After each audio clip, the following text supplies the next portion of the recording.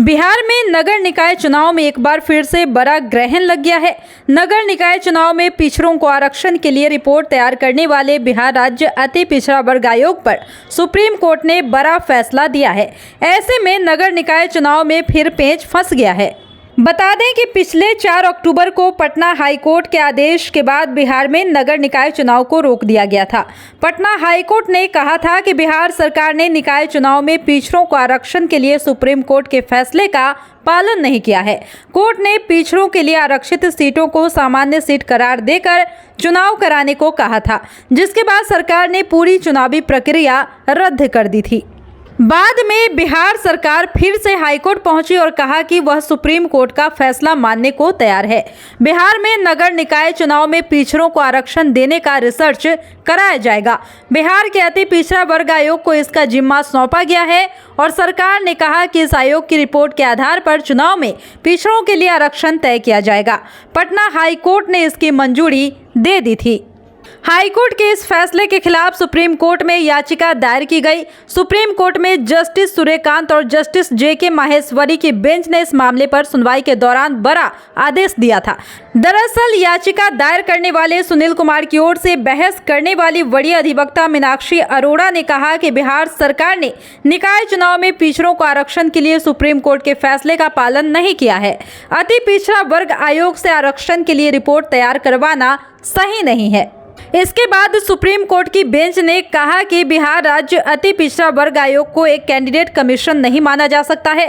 Supreme court ने इस मामले पर पक्ष रखने के लिए बिहार सरकार और राज्य निर्वाचन आयोग को नोटिस जारी करने का निर्देश दिया है। उन्हें 4 सप्ताह में अपना पक्ष रखना है।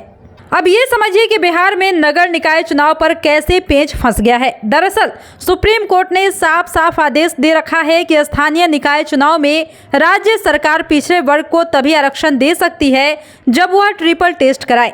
कोई भी राज्य सरकार बिना ट्रिपल टेस्ट कराए ओबीसी वर्ग को स्थानीय निकाय चुनाव में आरक्षण नहीं दे सकती है। सुप्रीम कोर्ट के ट्रिपल टेस्ट में साफ तौर पर कहा गया है कि निकाय चुनाव में आरक्षण के लिए राजनीतिक तौर पर पिछड़े वर्ग की जांच के लिए एक आयोग का गठन किया जाना अनिवार्य है। उसके बाद इस आयोग की सिफारिश के मुताबिक ही आरक्षण का अनुपात तय हो सकेगा। ये तय हो सकेगा कि किन पिछड़ी जातियों को आरक्षण दिया जा सकता है। सुप्रीम कोर्ट ने ट्रिपल टेस्ट वाले अपने फैसले में डेडिकेटेड आयोग बनाने को कहा था। बिहार सरकार ने अति पिछड़ा वर्ग आयोग को ये काम सौंप दिया। अब सुप्रीम कोर्ट ने कह दिया है कि अति पिछड़ा वर्ग आयोग डेडिकेटेड आयोग नहीं है।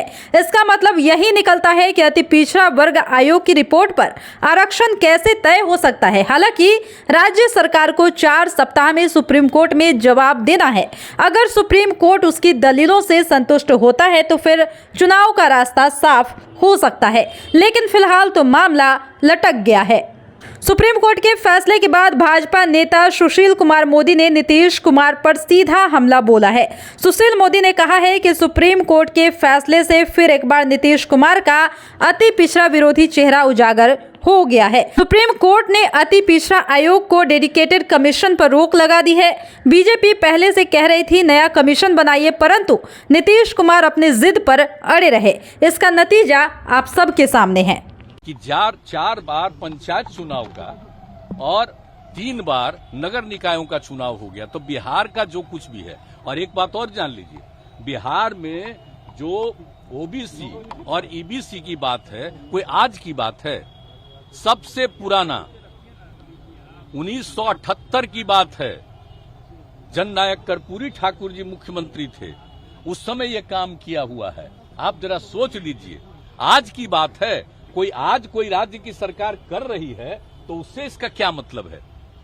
यहाँ पर तो पहले से लागू है, 1978 से लागू है। हमारे YouTube चैनल को सब्सक्राइब और Facebook पेज को लाइक करना ना भूले। धन्यवाद।